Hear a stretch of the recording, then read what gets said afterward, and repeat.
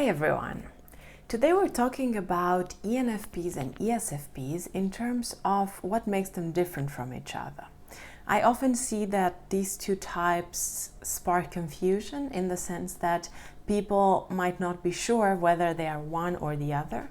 So I'm aiming to discuss this and clarify this with some points that are related to both temperament and cognitive functions, how these work with respect to the position in the cognitive stack. So all about that in the next few minutes. If you haven't already, please don't forget to like and subscribe, and let's dive in.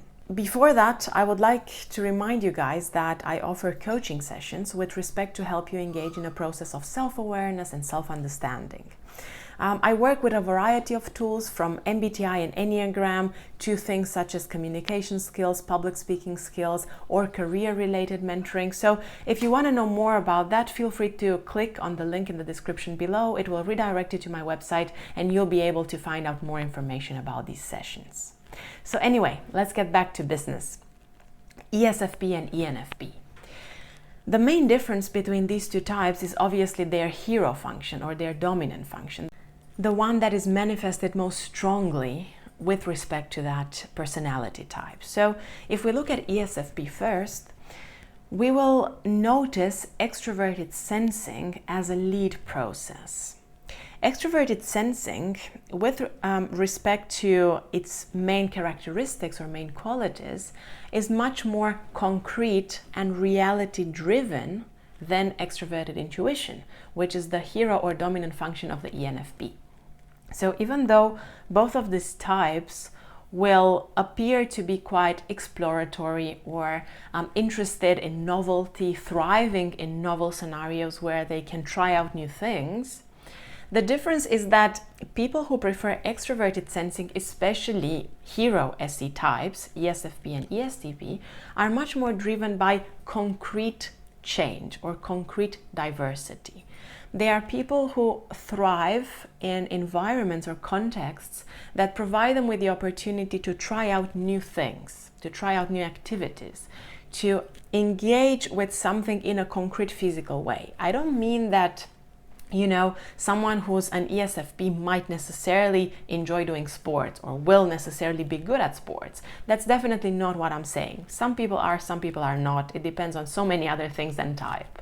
But what I am saying is that extroverted sensing as a preference will make the individual much more focused on concretely experiencing something, going through a specific experience, engaging with it, and making sure that they learn something from that concrete experience. And on top of that, I would also like to mention the fact that, again, even though both of these types seem to really appreciate enjoyment, the way that they do it is quite different.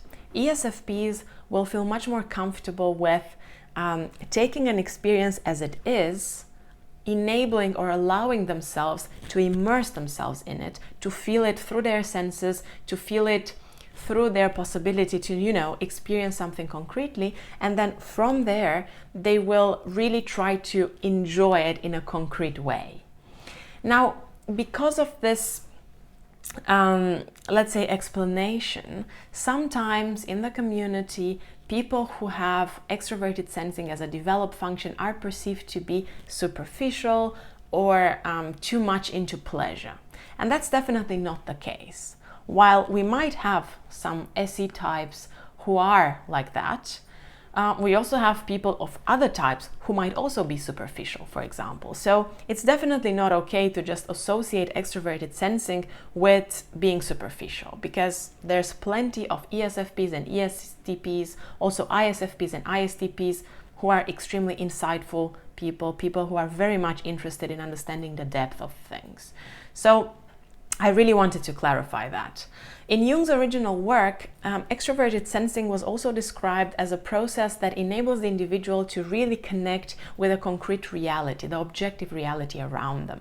This is why ESFPs will be much more perceptive of concrete details in their environment. And this can mean different things. It could mean that they are more perceptive of people's facial expressions and body language, using this attention to the physical detail to help them understand how people feel or how people react in certain situations. And that's why I've actually noticed that some ESFPs can mistype as ENFJ, because that high SE paired with a feeling function can make them extremely empathetic, and it can make them very much appear like they're using FE more than they actually do, because extroverted sensing paired with introverted feeling sometimes gives off extroverted feeling vibes.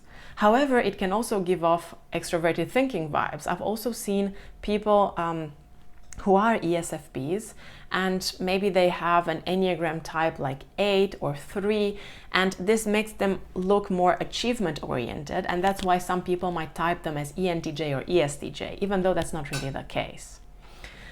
Okay, now if we look at ENFPs and their extroverted intuition, even though they are also concerned with novelty and exploration, extroverted intuition also likes doing that, but the aim is not so much understanding concrete reality, but more so engaging with potential what ifs, potential different scenarios, potential different ideas about the future.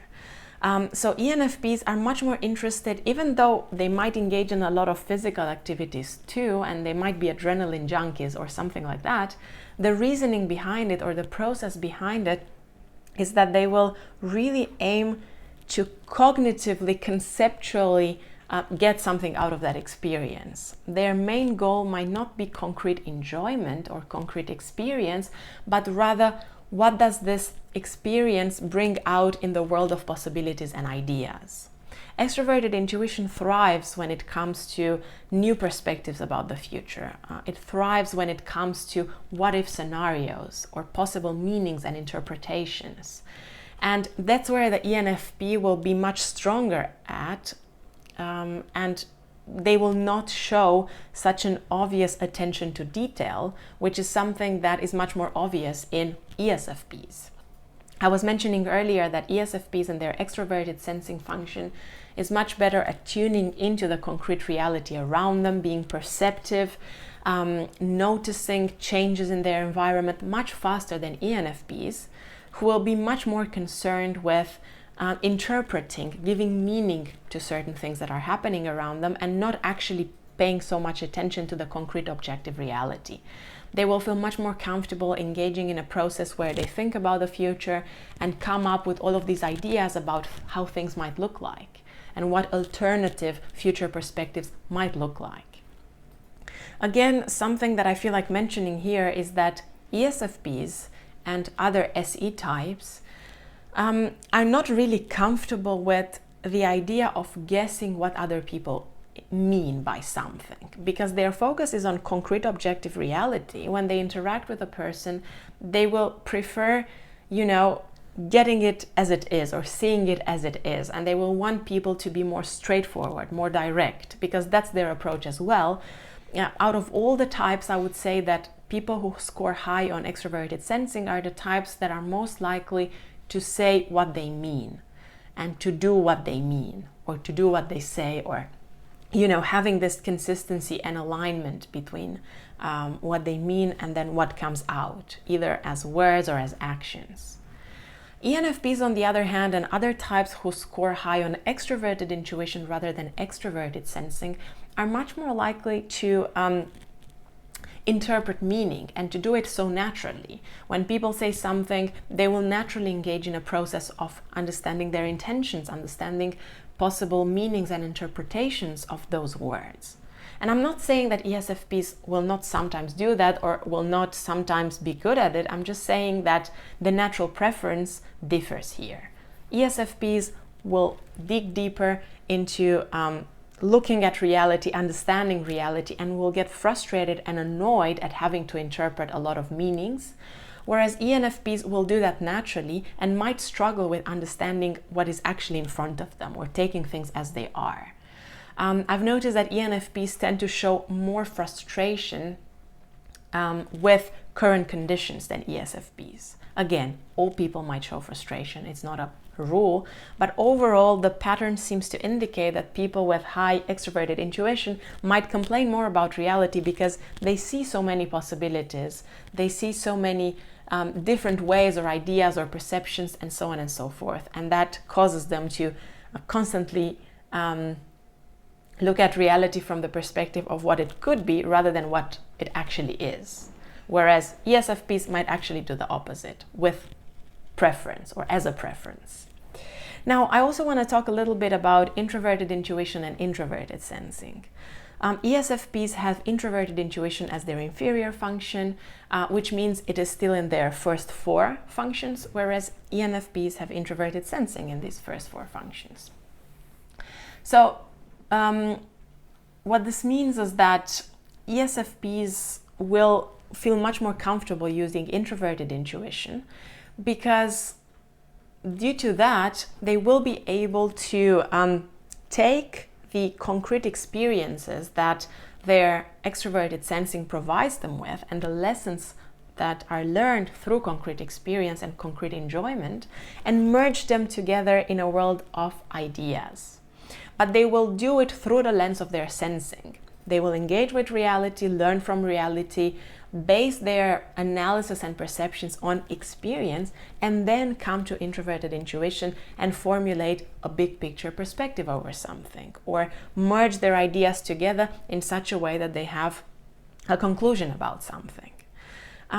They will definitely not, use this function with the most ease, and sometimes when they will be pressed or challenged to think about the long-term future and plan for the long-term future, they might not be the most comfortable in doing so, because being improvisational or spontaneous, it's something that appeals much more to them.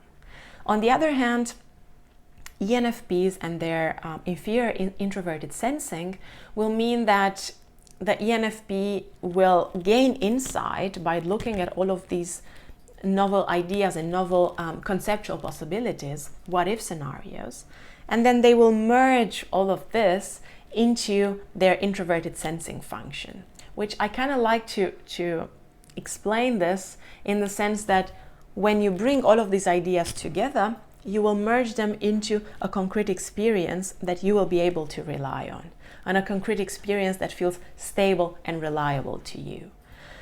And sometimes, even though you might not notice this immediately, ENTPs and ENFPs, as well as INTPs and INFPs, can actually have a lot of rituals, a lot of things that they like to do consistently, because they might find relief in this introverted sensing function. It is a bit more obvious in INTPs and INFPs, who have SI as a child function, but it is still there in ENTPs and ENFPs.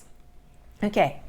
And one more thing that I would like to talk about with respect to the difference between these two types is the temperament, coming from David Kurz's theory. So on the one hand, we have ESFPs who are artisans, just like the other SP types. And then we have ENFPs who are idealists, like the other NF types. The difference, or the main difference between these two, other than what I've already talked about, is that ESFPs as artisans are much more likely to experiment with reality in such a way that they craft something out of it. That craft can be metaphorical or it can be concrete, but because of crafting and because of engaging in a lot of improvisational experiential activities, this will be a process that will come naturally to them.